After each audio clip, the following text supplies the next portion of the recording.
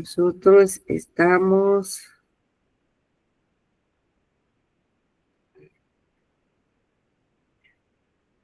hoy 13 de septiembre. Vamos a recordar nuestro objetivo general, recordar y reconocer e identificar las estructuras del currículo que intervienen en los planes y programas de estudio, sus diferentes características, su diseño interno, coherencia y estructuración. Además de la importancia que supone la estructuración de un currículo acorde con nuestro desarrollo social, económico y cultural que interviene en este proceso vital e importante del ser humano, como lo es las políticas en materia de educación y los procesos de enseñanza-aprendizaje en nuestro país. Hoy estamos a 13 de septiembre y vamos a estar desarrollando los contenidos de la unidad 3 referidos a los propósitos y contenidos del currículo. Y para eso ustedes van a tener una asignación número 2, que después se las explico. Dentro de los indicadores de logro tenemos identificar los elementos del currículo. Analiza y compara las bases del currículo. Demuestra interés por identificar y analizar los elementos y bases del currículo.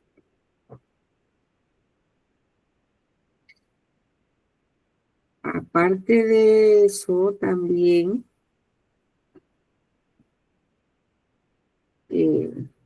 como ya esta es nuestra segunda sesión presencial, o sea, sincrónica, también vamos a desarrollar la unidad número 4, que son las características del currículo educativo, que es entonces el trabajo final, ¿no? Está referido al trabajo final. Dejen un momento. Poner en silencio este teléfono.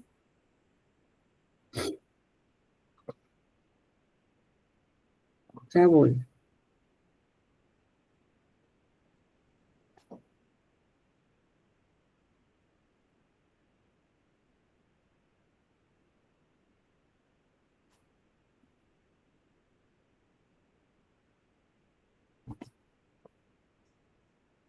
Ya. Ajá, entonces como les estaba explicando, el trabajo final, ¿no? Que entonces lo van a hacer de la unidad número 4. Indicadores de logro, analiza las características del currículo y los indicadores de desempeño, valora la importancia de la evaluación en el currículo. Y con eso terminamos nuestra planificación de esta materia. Déjenme cerrar aquí. Vamos a iniciar.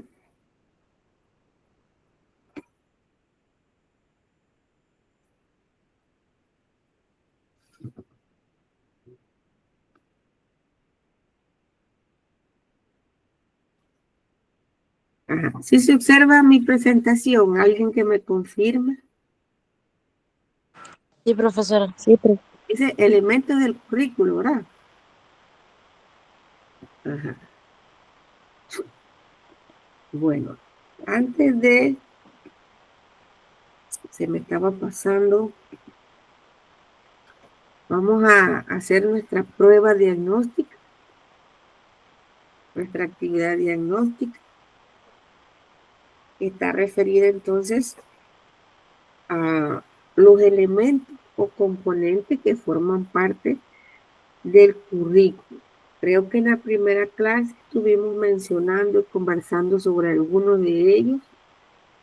Entonces vamos a que ustedes me mencionen si recuerdan alguno.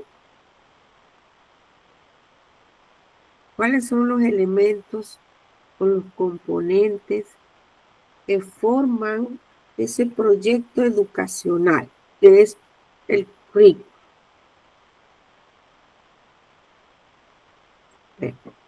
¿Quién me puede mencionar? Vamos a hacer como el plan de estudio. El plan de estudio, Angelín, muy bien, excelente. El plan de estudio, que es verdad, entonces, cuando se va a diseñar el currículo, después de haber realizado el diagnóstico de necesidades y que resulta, pues, ok, vamos a implementar este nuevo bachillerato, o en el caso de las universidades, vamos a implementar o a ofrecer esta carrera. Eso no es producto así de la casualidad, de que vamos a hacer esto, no. Es producto de un estudio de necesidades, de una investigación que se llega a esa decisión de implementar, ¿verdad? Y después entonces se pasa al diseño curricular de esa carrera o de ese bachillerato. Y entonces se confecciona lo que dijo Angelín, que es el plan de estudio, en donde se establece pues esa estructura y esa organización de las diferentes asignaturas por grado, cantidad de horas a la semana, si es en el caso de las universidades, cuántos años va a demorar esa carrera, la cantidad de cuatrimestres, qué materias voy a dar en cada cuatrimestre, los créditos de esa materia, ¿verdad? Y todo eso te incluye entonces el plan de estudio. Ajá. ¿Alguien más? ¿Otro elemento? A ver.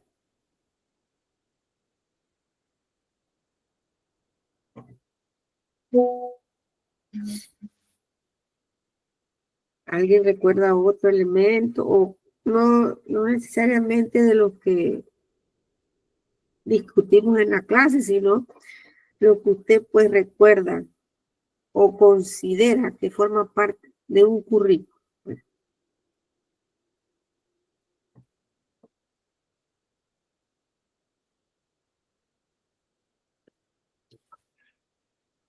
¿No? Bueno, ok, está bien. Vamos a ver entonces.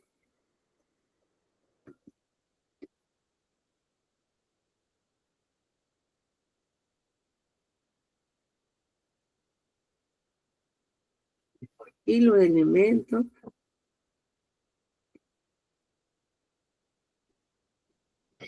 Ajá, entonces, pues ya Angelín nos mencionó lo que es el plan de estudio. Después, cuando se establece el plan de estudio, se confeccionan entonces los programas de asignaturas. Cada asignatura tiene que tener entonces su programa, su planificación. ¿Sí? Entonces, esos programas de estudio incluyen, ¿verdad? Incluyen lo que son, para qué se va a enseñar, que son entonces las metas u objetivos, el perfil de egreso de los estudiantes. En el caso de nuestro currículo, del currículo que estamos usando actualmente, que es el currículo basado en competencias, ese perfil del egresado está estructurado de acuerdo a cada una de las competencias que debe adquirir o desarrollar el estudiante. Ahorita vamos a hablar más adelante sobre eso. Y también entonces, ¿qué enseñar? ¿Qué enseñar? Que se refiere entonces a los contenidos. ¿Cómo lo vamos a enseñar? Que se refiere a la metodología. ¿Para qué vamos a evaluar? ¿Cómo vamos a evaluar? ¿Con qué evaluar? Entonces vamos a ver más detalladamente cada uno de estos elementos.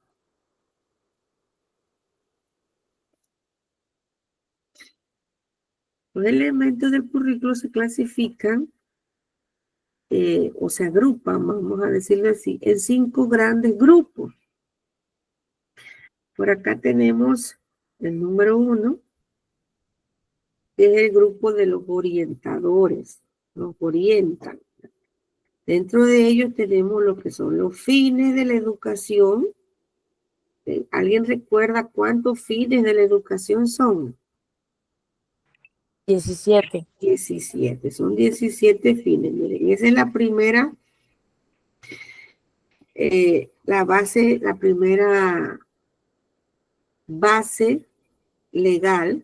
No es la primera, sino que una de las bases legales, porque la primera es la Constitución, ¿no? Y las leyes, y dentro de todo eso están establecidos los fines de la educación, que son 17. Y también tenemos dentro de los orientadores lo que son los objetivos. ¿Okay? Entonces, cada nivel educativo tiene objetivos. A los objetivos de la básica general, los objetivos y metas de la media y los objetivos y metas de la educación superior. Y dentro de esos objetivos generales, también cada nivel tiene entonces sus objetivos y metas a los objetivos de preescolar que se pretende lograr con ese currículo de preescolar. Y asimismo el nivel de primaria, premedia, que incluye lo que conforman la básica general. ¿Sí? Y se llaman orientadores porque nos van a servir como guía a los docentes, a los administrativos, a los estudiantes también, que vamos entonces a encauzar todas las actividades académicas en ese proceso de enseñanza-aprendizaje a conseguir llevar a esos estudiantes con esos 17 fines, ¿no? Vamos a ver ahora lo que son los generadores. Dentro de los generadores tenemos los actores sociales y el entorno cultural. Ahorita más adelante les explico cada uno de ellos. Por acá también tenemos entonces los reguladores. Se llaman reguladores porque ya están establecidos en los programas de estudio. Tenemos los objetivos de aprendizaje, los indicadores de logro, los contenidos y la evaluación. ¿Okay? Ya todo eso está regulado, está establecido, está confeccionado. Por acá tenemos entonces los activadores o metódicos, ¿ya? Que se refieren más a la ejecución del currículo en los actos pedagógicos, que son entonces los métodos, las estrategias y las técnicas. ¿Okay? Igual el currículo nos da una lista sugeridas de métodos, estrategias, técnicas y actividades de evaluación que el docente puede implementar. Pero de igual manera, usted, de acuerdo al objetivo, al contenido que usted va a trabajar con sus estudiantes, entonces usted elige cuál es la metodología adecuada para trabajar ese contenido. Y por último tenemos entonces los recursos multimedios,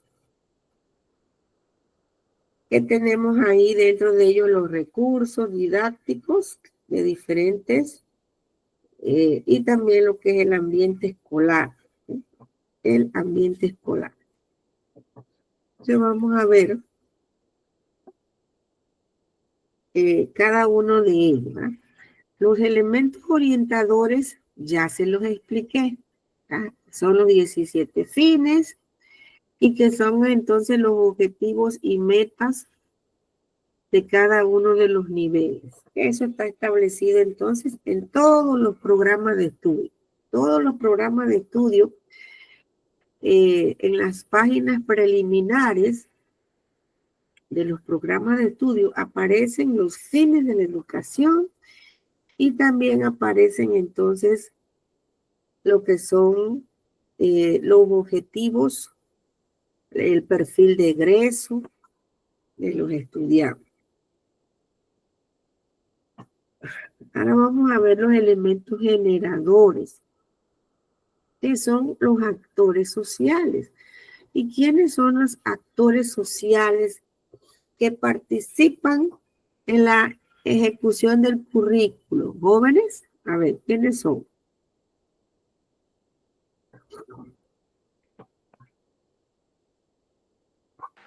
Los estudiantes, los profesores.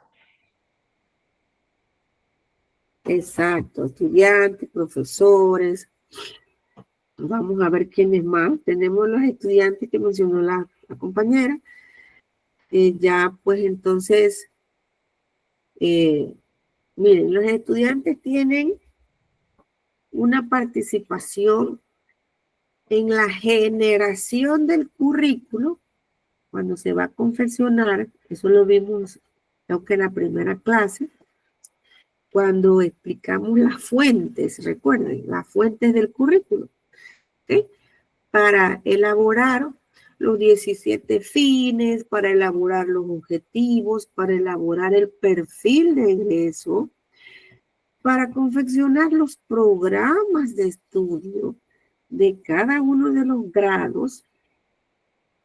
Se tiene que tomar en cuenta al estudiante, aunque el estudiante no esté presente ahí, ¿verdad? Los curriculistas que confeccionan todo este diseño lo hacen pensando o lo hacen tomando en cuenta las características de los estudiantes, lo hacen pensando tomando en cuenta la edad de los estudiantes,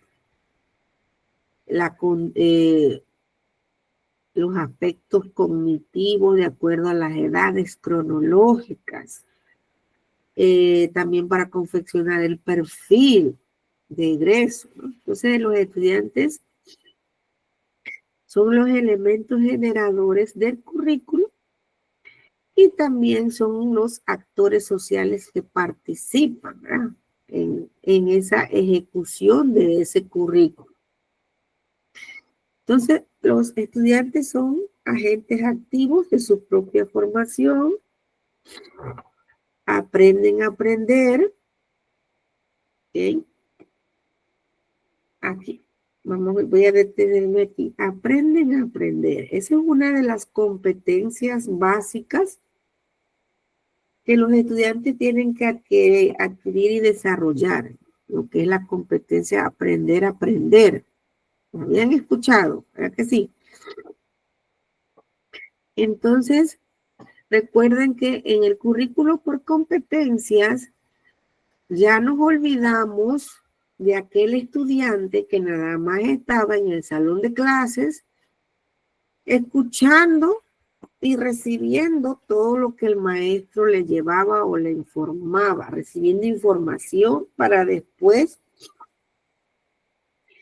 memorizarla y prepararse para el examen o el ejercicio escrito. ¿Ve? Entonces ya ese tipo de estudiante pasó a la historia, ya quedó olvidado. Ahora los estudiantes como actores sociales son agentes activos de su propia formación. Y el papel del docente en este nuevo currículo es el de guía, el de facilitador. ¿Sí? Entonces, lograr que los estudiantes aprendan a aprender y que sean ellos entonces los que debatan, reflexionen, clasifiquen, identifiquen, o sea que todo el trabajo que se va a hacer en el salón de clase es el estudiante que tiene que hacer bajo la guía del docente. ¿Okay? Entonces, desarrollan su capacidad de enseñar y son la piedra angular del proceso de aprendizaje. Claro que sí. Seguimos entonces con los profesores, los docentes. Los docentes. Entonces, ajá, aquí está, ¿ves? Nosotros tenemos un papel en este nuevo currículo por competencia, un papel de moderador, el papel de guía. ¿Ah? Somos guía, somos facilitadores. ¿Okay? Y es un aprendiz de los alumnos. Nosotros también aprendemos cada día de nuestros estudiantes. ¿Sí? Y bueno, siempre no tenemos que dejar por fuera lo que es esa vocación que debe tener ese docente, ¿no? Que es amar su profesión. Ese docente que no tiene esa vocación, que no ama su profesión, entonces todos los días va al trabajo sin una motivación, como decir, pues obligado o por ganarse un salario.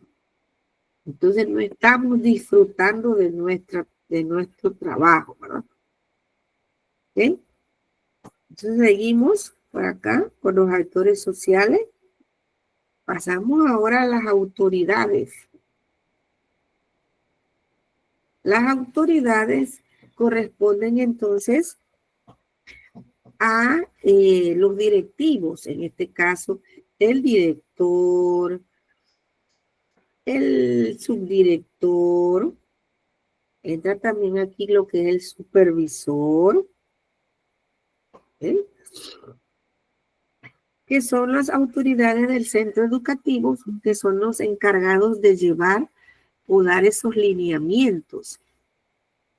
Los lineamientos, ¿verdad? Siempre tiene que haber pues un jefe, un líder, mejor dicho, aquel que dirija, ¿verdad?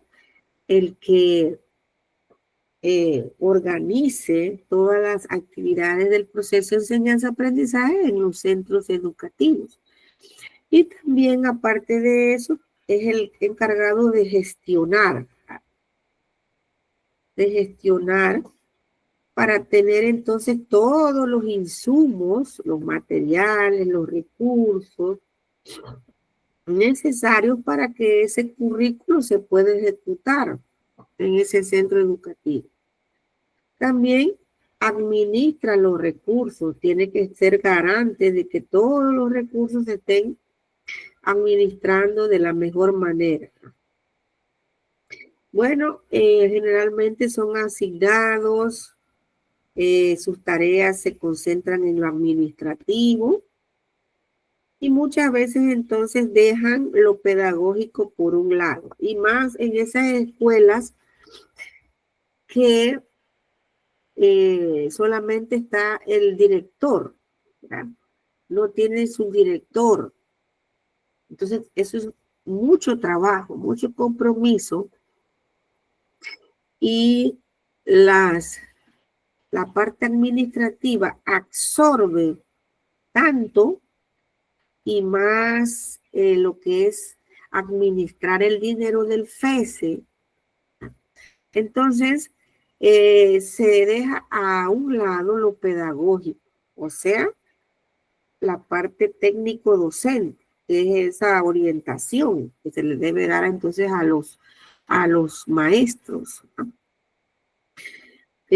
Muchas veces también no cuentan con los recursos necesarios para realizar de mejor manera su gestión. Claro que sí, ¿verdad? Porque el dinero del FESE es limitado y también, pues, queremos hacer o comprar muchas cosas en la escuela, dotar de todos los recursos, pero es limitado, ¿verdad? Entonces, tenemos que saber administrar esos recursos.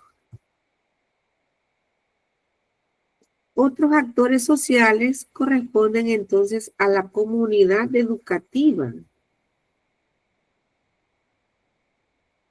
La comunidad educativa cumple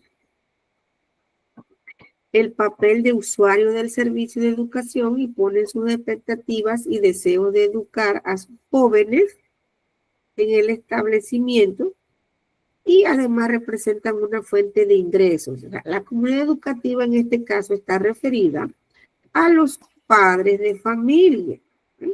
A los padres de familia.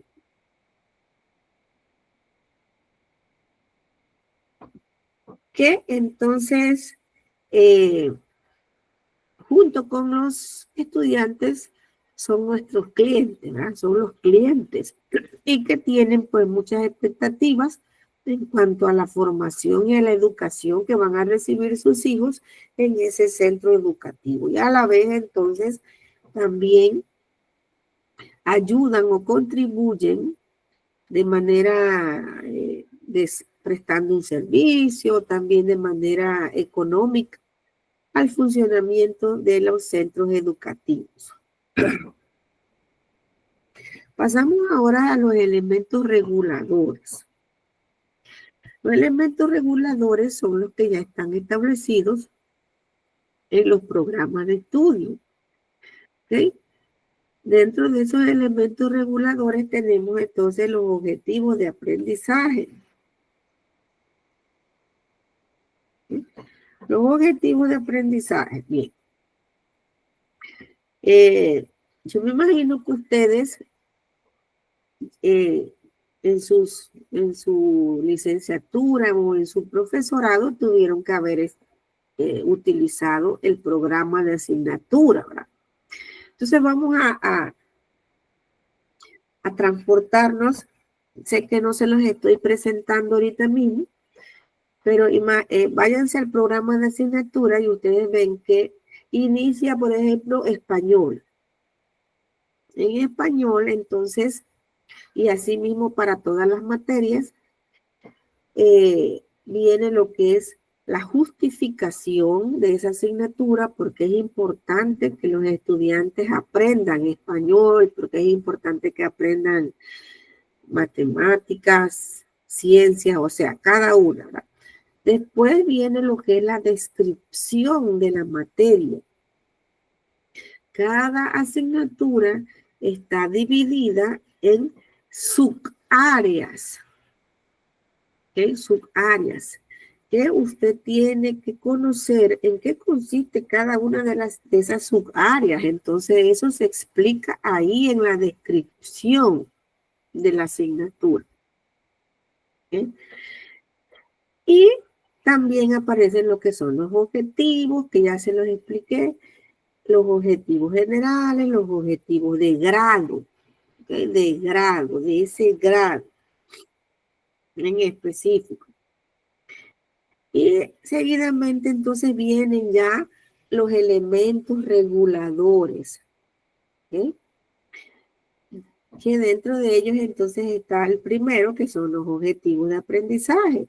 Los objetivos de aprendizaje también están por subáreas, a las áreas que forman parte, perdón, las áreas que forman parte de la asignatura. En el caso de preescolar, ella sí tiene subáreas. Recuerden que preescolar está, el plan de estudio está conformado por 3 áreas, con el área socioafectiva, cognitivo-lingüística y el área psicomotora, y dentro de cada una de esas áreas, entonces se subdividen en subáreas. En el caso acá de primaria, entonces son las asignaturas y las asignaturas están clasificadas por áreas. Ahora sí. Entonces los objetivos de aprendizaje aparecen por áreas. ¿ok? Y no son más que ese conjunto de conocimientos, ¿ok? Actitudes o conductas que los estudiantes deben aprender, comprender o ejecutar como resultado entonces de un aprendizaje. Se miden para determinar el conocimiento, el aspecto cognitivo, pero aparte de eso también las actitudes y conductas, o sea, el aspecto afectivo, y dentro de ese aspecto afectivo también el aspecto psicomotor, o sea, de habilidades y destrezas. También tenemos entonces los indicadores de logro. ¿Eh? Los indicadores de logro también. Los indicadores de logro se desdoblan, se desglosan de los objetivos de aprendizaje. Son más específicos, más medibles. ¿Okay? ¿Por qué? Porque representan una medida que nos van a permitir a nosotros como docentes ir observando el avance, cómo van avanzando nuestros estudiantes en el cumplimiento del desarrollo de capacidades generales, o sea, de los objetivos de aprendizaje. Esos son los indicadores de logro. ¿Okay? Seguimos con los siguientes elementos que son los contenidos. Los contenidos que están clasificados en este nuevo currículo por competencias. ¿Por qué les digo en este nuevo currículo? Porque en los programas de estudio que se utilizaban antes, muchos años atrás, que estaban confeccionados mediante un enfoque por objetivos, por decir algo, o tradicional, no existían indicadores de logro, ni tampoco los contenidos estaban clasificados como están ahora.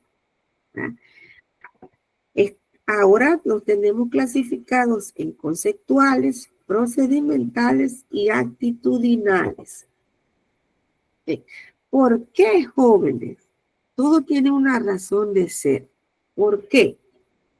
Porque recuerden que una competencia, voy a escribir aquí.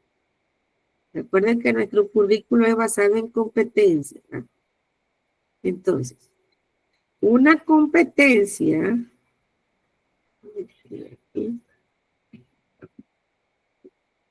¿qué incluye? Una competencia incluye conocimientos, incluye habilidades y destrezas, y también incluye actitudes y valores. Esa ahí se me fue feo. Ahora sí. ¿Ve? Para que una persona tenga competencia o sea competente o desarrolle una competencia, tiene que tener conocimientos, claro que sí, ¿ah? Tiene que manejar la teoría, manejar los conceptos, los principios, los hechos, las fechas, ¿eh? Pero también tiene que saber qué va a hacer con ese contenido o con esa información que está aprendiendo. Entonces ahí está adquiriendo habilidades y destrezas. Es la aplicación de la teoría en la práctica, el desarrollo de procedimientos. ¿Sí? Y aparte de eso también, el estudiante tiene que adquirir o tiene que demostrar una actitud de disposición y valores, ¿no? Que los trabajamos entonces a la vez que estamos trabajando los dos primeros, trabajamos entonces esas actitudes y valores. ¿Okay? Entonces, como como queremos desarrollar en los estudiantes competencias, bueno, por eso es que entonces en los programas de estudio, los contenidos que usted va a enseñar están clasificados así, en conceptuales, porque ahí usted le va a enseñar entonces la teoría. Pero también hay contenidos procedimentales, en donde usted le va a enseñar a los estudiantes procedimientos, habilidades y destrezas. Y también tenemos entonces los actitudinales, que se refieren entonces a las actitudes y a los valores. Bien, entonces, por eso es que los contenidos están clasificados entonces así. En el currículo anterior o tradicional o el antiguo, los contenidos no estaban clasificados así. Estaban nada más contenidos en un solo bloque. ¿Alguna pregunta hasta aquí, joven? Sí están ahí, ¿verdad? ¿Me están escuchando? Todo claro, profe. Sí. Ajá. Seguimos. Entonces vamos a ver el siguiente elemento regulador, que es la evaluación. ¿Sí? En la evaluación, mire, la evaluación es un tema muy amplio. Es más, cuando ustedes están estudiando la licenciatura y el profesorado, la evaluación es una asignatura solita, porque tiene mucho contenido. Acá voy a hacerles yo como una síntesis, porque en el currículo aparece o se da los parámetros de cómo usted tiene que evaluar a los estudiantes. Todos sabemos que el sistema de evaluación en nuestro sistema educativo es de 1 a 5, que es por trimestre, que tenemos que obtener notas diarias, la nota final. En el colegio, pues, o las etapas, en los niveles de primera y media, se divide en tercios, un tercio notas diarias, un tercio apreciación, un tercio examen final. ¿Sí? Y ya ustedes saben, pues, que en la universidad es un puntaje de 100, las notas son letras, ¿sí? Entonces ese es el sistema o parámetros de evaluación que se tienen que establecer en un currículo. ¿Cómo van a ser evaluados los estudiantes para pasar o cursar de un grado a otro? ¿Verdad? La nota mínima también se establece. ¿Ok? Entonces, refiriéndonos al programa de estudio, en la última columna aparece entonces actividades sugeridas de evaluación. Actividades sugeridas. ¿Qué quiere decir eso? Que para saber si el estudiante está cumpliendo con este indicador de logro, con los indicadores de logro,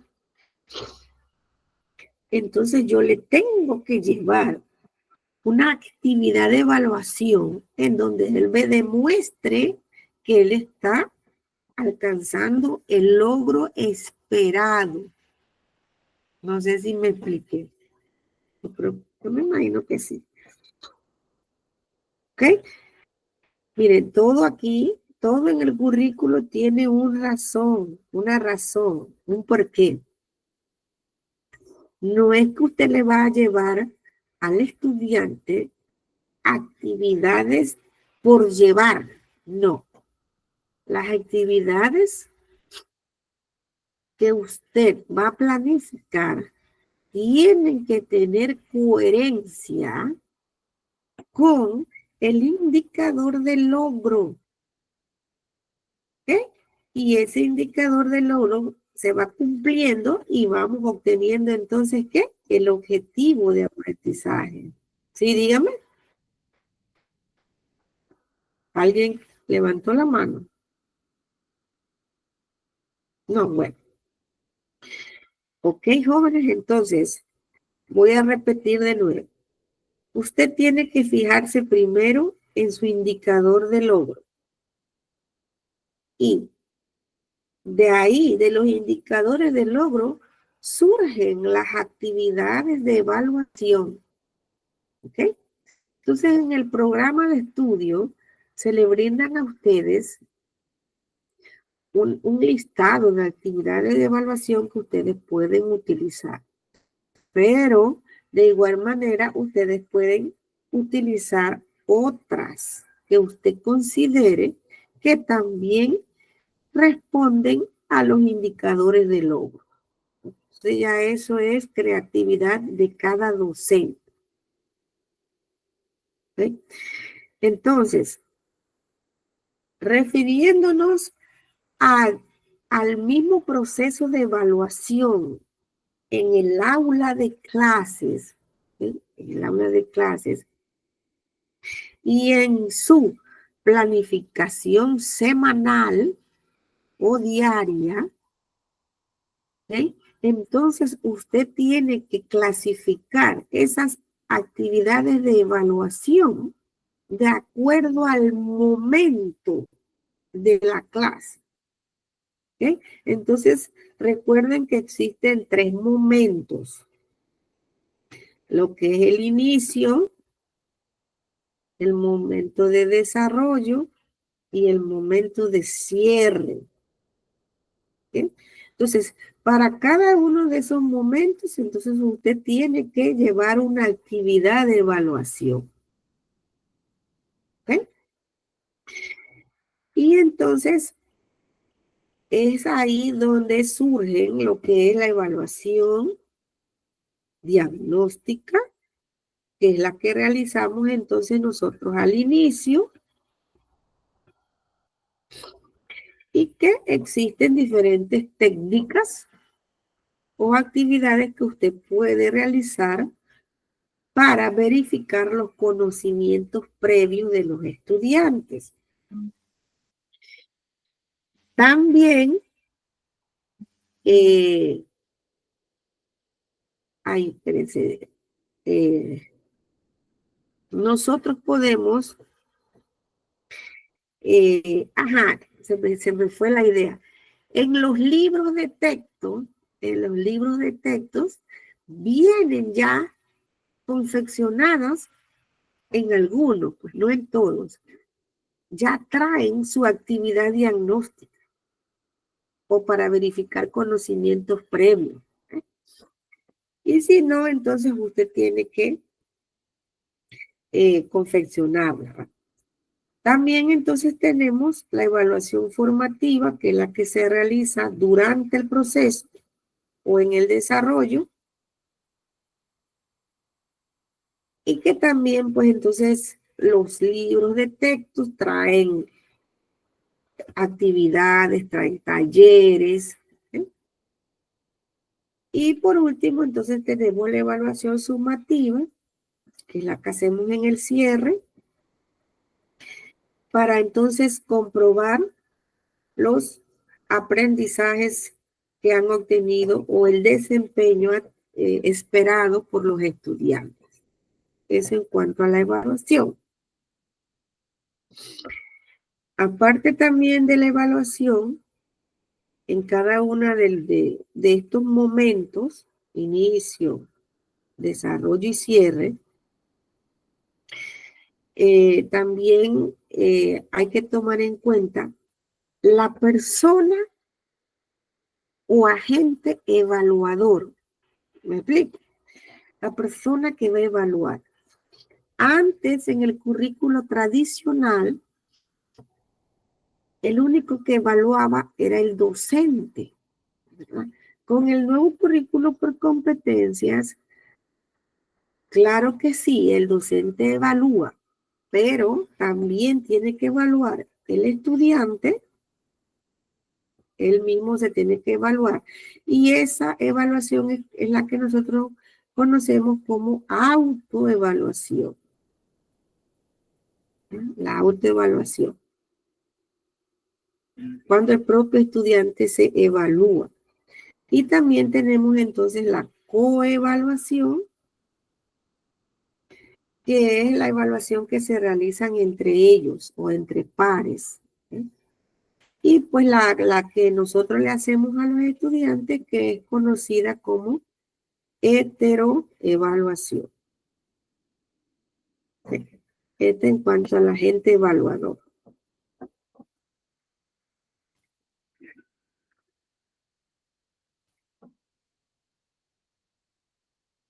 Ajá. Bueno, miren, antes de pasar al siguiente elemento, se me estaba pasando. Por eso les digo que la evaluación es un mundo, ¿verdad? Tenemos mucha información. Se me estaba pasando aquí también entonces algo muy importante, que son entonces los instrumentos de evaluación. ¿Eh? Para cada una de estas diagnóstica, formativa y sumativa, y si usted va a aplicar una autoevaluación, una coevaluación, una heteroevaluación, usted necesita tener un instrumento de evaluación en donde usted va a registrar o a dejar plasmado los datos obtenidos de la verificación del trabajo que hicieron o que hizo el estudiante. ¿Ok? Recuerden, y que en ese instrumento de evaluación tienen que estar entonces bien definidos lo que son los criterios. ¿Ok? Los criterios de evaluación. Los criterios y entonces los niveles de desempeño que van a variar de acuerdo al instrumento que usted va a utilizar. Si usted va a utilizar una lista de cotejo, recuerden que una lista de cotejo nada más tiene cumple o no cumple, sí o no. ¿Okay? Entonces, usted ahí establece los niveles de desempeño. Si usted va a utilizar una escala estimativa, entonces usted en los niveles de desempeño tenemos excelente, bueno, regular, deficiente. Y también entonces si usted va a utilizar una escala numérica, entonces usted coloca ahí, bueno, este criterio, tantos puntos. Este otro criterio, tantos puntos. Y si usted va a utilizar una rúbrica, entonces usted tiene que describir los niveles de desempeño. Hacer una descripción de cada nivel de desempeño. ¿Okay?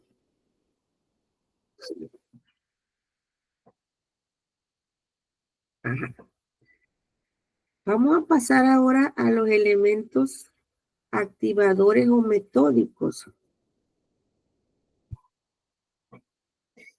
Tenemos entonces, acá tenemos el método, que es el conjunto de los momentos y técnicas lógicamente coordinados. Miren esa frase, lógicamente coordinados, para dirigir el aprendizaje del alumno, ¿okay? Hacia determinados objetivos. Todo lo que usted va a planificar, todas esas actividades, estrategias, técnicas que usted va a planificar, tienen que estar coherentes, tienen que llevar un orden lógico para entonces dirigir el aprendizaje del estudiante y obtener el objetivo. ¿Sí? El método es quien da sentido de unidad a todos los pasos de la enseñanza y del aprendizaje. ¿Sí? Esa unidad, ese todo, ese conjunto de procedimientos. Dentro de ese método, existen muchos métodos, ¿verdad? Inductivo, deductivo, pero el principal que nosotros debemos utilizar es el método por descubrimiento. El método por descubrimiento. Porque recuerden, bueno, ustedes saben que ahí dice descubrimiento. Porque lo que queremos es que el estudiante por sí solo, no, espérense, con nuestra ayuda, mediante nuestra guía, llevarlo a que él descubra el conocimiento.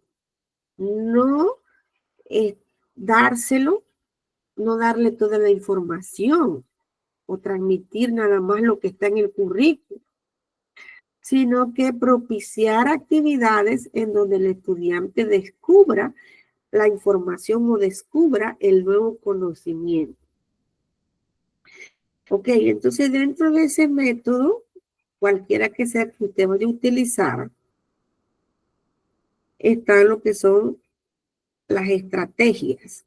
¿Sí? Las estrategias, que son los procedimientos o conjunto de ellos, o sea, métodos y técnicas por los cuales los docentes y estudiantes organizan las acciones de manera consciente para lograr y construir metas previstas e imprevistas en el proceso de enseñanza-aprendizaje. ¿Sí? Las estrategias.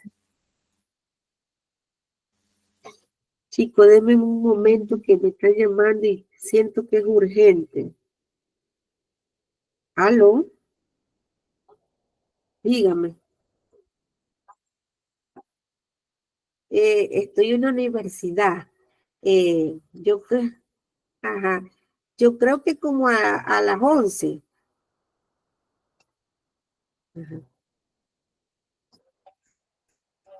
No, no, no. Ajá. Sí, ajá.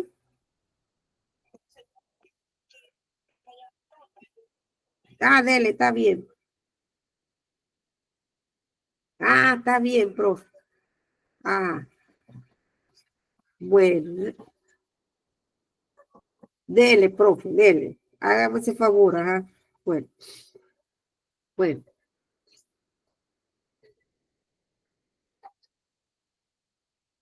No, todavía no. Hay que hacer. Ah, ah, dele, está bien, pues. Bueno, hasta luego. Ajá. Seguimos. Ustedes disculpen, jóvenes, que hoy tenemos una actividad, hoy sábado, imagínense. Los maestros también tenemos que trabajar sábados y a veces domingos en actividades extracurriculares. Entonces hoy tenemos una actividad, pero bueno, yo tenía que cumplir con ustedes, ¿verdad? Les dije siempre los compromisos adquiridos. Pero bueno, yo dejé todo organizado, coordinado con los demás docentes, pero recibí la llamada, pues algo urgente, tú sabes que siempre pasa algo, así que pido disculpas por la interrupción y seguimos acá, ¿verdad? Estaba explicándoles la estrategia, que son los procedimientos o conjunto de ellos por los cuales los docentes y estudiantes organizan las acciones. de manera consciente para lograr y construir metas previstas e imprevistas en el proceso de enseñanza-aprendizaje. ¿Okay? Entonces, dentro de esas estrategias que nosotros podemos implementar, tenemos las más famosas, que son las estrategias de trabajos individuales, ¿verdad?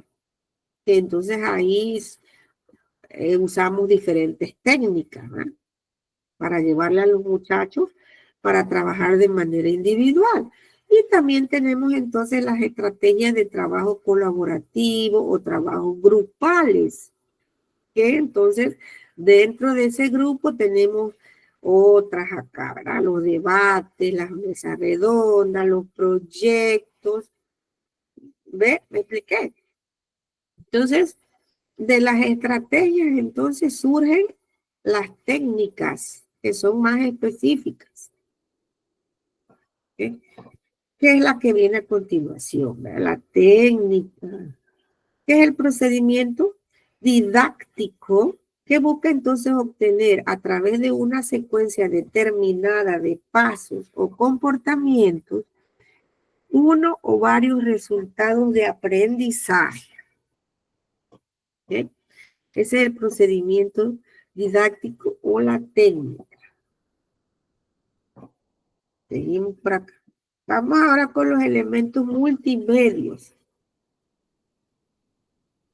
Los elementos multimedios incluyen entonces los recursos didácticos. Los recursos didácticos son todos aquellos materiales, herramientas que tienen utilidad en un proceso educativo. Haciendo uso de un recurso didáctico, un educador puede enseñar un determinado tema a sus alumnos. Entonces tenemos diferentes tipos de recursos didácticos. Tenemos recursos didácticos impresos, recursos didácticos tecnológicos. ¿Sí? Dentro de los impresos, bueno, ya ustedes saben, los libros. Ahí llevamos lo que son las fotocopias, las que sí, la mayoría de veces utilizamos. Que si las revistas, que si los periódicos, en fin, ¿verdad? Todo lo que tiene, lo que es impreso. Tenemos los recursos tecnológicos, bueno, si vamos a utilizar la computadora, si tenemos una tele, un televisor, y otros, ¿no? Otro tipo de recursos. Y tenemos entonces lo que es el ambiente escolar. El ambiente escolar está referido entonces al aula de clases. El aula debe contar con todas las comodidades básicas para el correcto desarrollo de las actividades, tales como, ¿verdad? Entonces, jóvenes, uno de los factores que influye en el aprendizaje de los estudiantes, según diversos estudios o investigaciones, es el ambiente escolar. Un niño, un estudiante, no puede aprender si el ambiente donde él está no cumple con las condiciones necesarias, como por ejemplo una buena iluminación, ¿verdad? O sea, el aula de clase tiene que tener una buena iluminación. Limpieza. Debe ser un lugar limpio, ¿verdad? Limpio, donde todas las cosas estén ordenadas, organizadas. El espacio, ¿ya? El espacio, las aulas tienen que tener una medida. ¿Por qué? Porque los niños tienen necesidades. Y recuerden que el currículo debe responder a las necesidades de los estudiantes. Por ejemplo, las aulas de preescolar tienen que ser bastante amplias porque los niños tienen que jugar tienen que saltar, correr, tienen que ir a los diferentes rincones de trabajo, ¿sí? Tienen que, el mobiliario, las mesitas, las sillitas, ¿verdad? Eso en cuanto al espacio. Los docentes de primaria también tienen que tener diferentes rincones para el trabajo con los estudiantes. Una buena ventilación, una buena ventilación. Lo ideal sería que todos, ¿verdad? Las aulas de clases contaran con un aire acondicionado y más aquellas áreas donde pues las temperaturas son muy altas, pero igual pues que contengan ventanas, ventanales, donde se entre pues tenga una buena ventilación, ¿no? Temperaturas adecuadas. ¿Okay? Todo eso se refiere a lo que es el ambiente escolar. Y muy importante dentro del espacio, ¿verdad? Que ese salón pues esté pintado, que esté adornado. ¿Cómo usted va a recibir a sus estudiantes el primer día de clases con un salón, ¿verdad? No sé, todo feo, sucio, desordenado.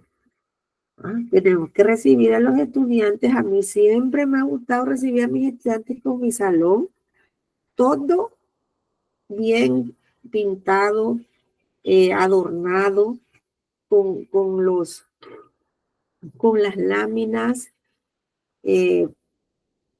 primordiales o esenciales, ¿no? Ya después, en el transcurso del año, que los estudiantes van confeccionando sus propias láminas de los diferentes temas, entonces vamos, ¿verdad? Que ellos puedan también exponer sus trabajos en los murales, en las paredes, o sea, el lugar que usted destine para esa exposición de esos trabajos, ¿no? Pero sí tiene que ser un lugar agradable, donde los estudiantes y usted, porque yo no puedo creer que usted también se vaya a sentir cómoda en un ambiente que no reúne las condiciones necesarias para entonces realizar ese trabajo, ¿no? Entonces el ambiente escolar. Pero ¿qué pasa? ¿Qué pasa con los docentes? Muchas veces tenemos, como se dice uno, las manos atadas, porque no es nuestra responsabilidad eh, el mobiliario ni la pintura de ese salón. Esa es responsabilidad entonces de las autoridades que tienen que gestionar todos esos recursos. ¿Sí? Y muchas veces entonces iniciamos el año escolar y ustedes pues escuchan en las noticias, muy común eso, que tal colegio o tal escuela te está cayendo, que si el techo, que si las aulas ranchos, que si no hay silla donde sentarse, ¿verdad? Eso es un nunca acabar aquí en nuestro país. Y que bueno, tenemos que, que aprender a lidiar con eso y hacer pues lo que está a nuestro alcance por maestros de vocación que somos. ¿Eh? Vamos a ver, si terminamos esta presentación.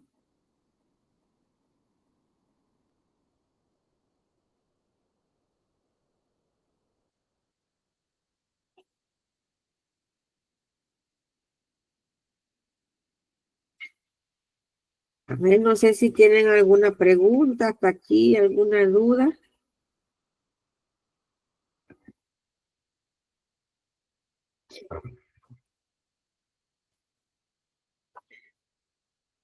¿Alguna pregunta, alguna duda?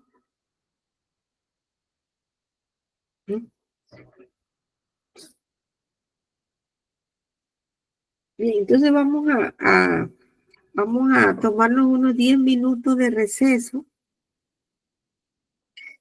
¿verdad? Unos 10 minutos de receso, para si quieren ir al baño, y regresamos entonces dentro de 10 minutos, 15, 20, 9 y 25. ¿Eh? ¿Sí? ¿Qué les parece? ¿Sí? Sí, profe. Dele, pues está bien.